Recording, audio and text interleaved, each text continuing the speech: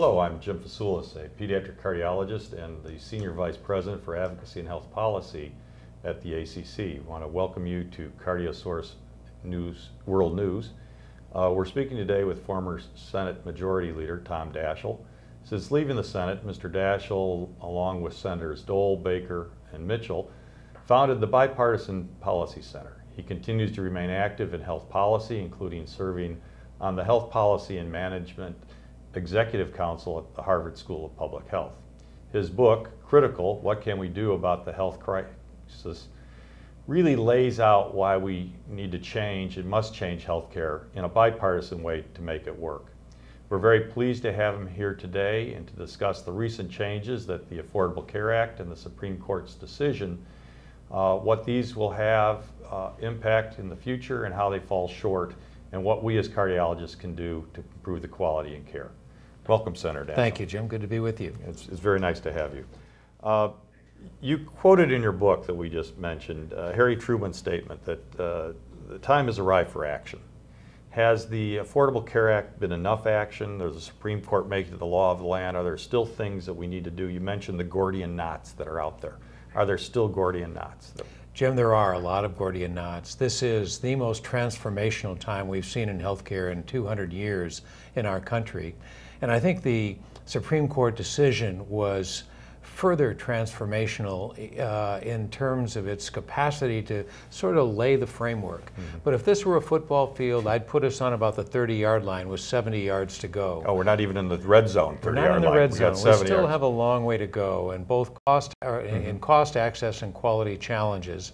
But we're on the field, and we've got a lot of obstacles on administrative and regulatory, on policy, on political divisions that still remain, and certainly within the states. There's going to be a lot of activity in the states. So on all of those levels, there's still a lot to do, but we're there, and I'm optimistic about getting to the goal line. Well, you know, you just mentioned the political perspective, and you're in the bipartisan center. How do we get beyond this partisan paralysis that we have right now? You've had some ideas in your book, a few of those. Well, I think there's a lot that Republicans and Democrats, conservatives and liberals agree on. We agree on the problems. We know that there's a cost, access, and quality problem. Generally, we even agree on what the causes of those problems are. The lack of transparency, the lack of good coordination for chronic illness especially, too much unnecessary care driven in large measure by a fee-for-service system today, defensive medicine. All of those things are areas for which I think there is agreement. The big division is, what should the proper role of government be in addressing these challenges?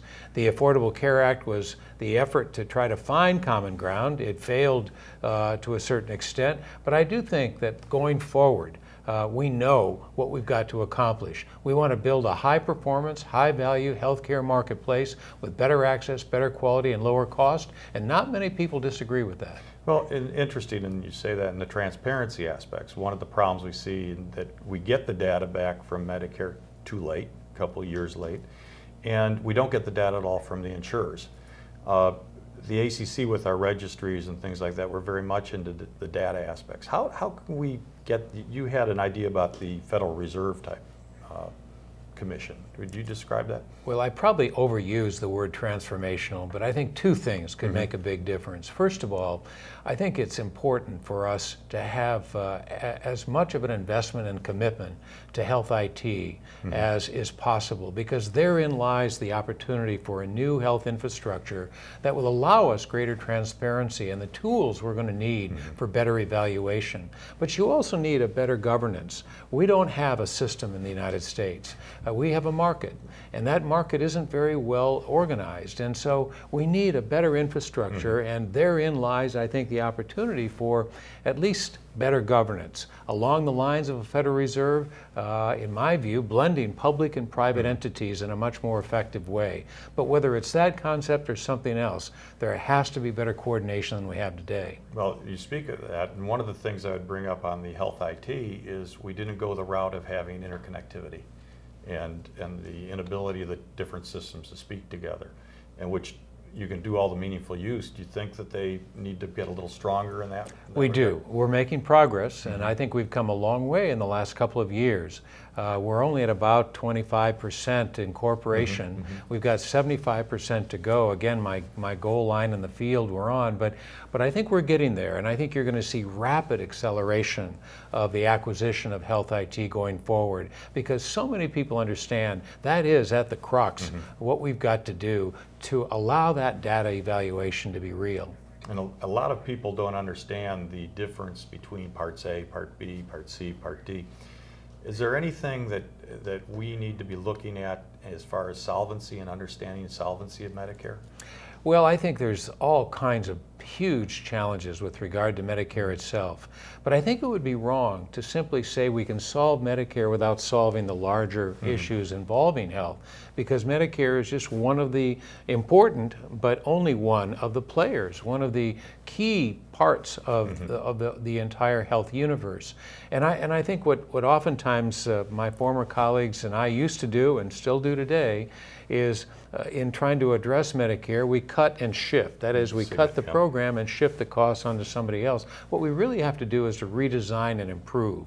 So we're not shifting the costs onto stakeholders or onto beneficiaries or onto states or business, but we're really redesigning and improving the model, and no shifting has to take place. I'm thinking of BBA 97, which all my colleagues know set the SGR up, but also moved some of home health from A to B, and therefore the solvency went out 12 years, things like that. That's right, a lot of shifting in 97. A lot of shifting, and I think that also affects us in that if we do more to keep a person out of A, or the hospital costs, we cost more in B, and therefore we get hit by the SGR. Well, that's exactly right. Trick, That's right. There's a connection, and that's the point, is that there's got to be a better realization that all of these connections really have to be integrated more effectively and coordinated. And somebody needs to do that. Congress oftentimes doesn't really have the managerial capacity to do that on a regular basis. We have just a few minutes left, and I was wondering, our average cardiologist works 68 hours a week. Pretty big workload. Is there anything that we can give them, how their voice can be heard, what they can do to improve the situation in the care and the quality of care? Well, I think there's always safety in numbers. So involving larger coalitions, involving the nurses, involving other providers, ensuring that we have a Washington presence and making sure that that Washington presence can speak for cardiologists in a more, in as aggressive and as visible a way as possible. I always say that we have to have 20/20 eyesight, interest and involvement in the political and legislative process. The more we can do that with the tools we've got available to us, the more successful we'll be. It's interesting you said that, because we do really push the team concept of cardiology. We want to make that point. Senator Daschle, we really appreciate you coming and giving us the time today. Thank you very much. Be sure to read the full interview in the August issue of CardioSource World News, or visit the publication online at www.cswnews.org.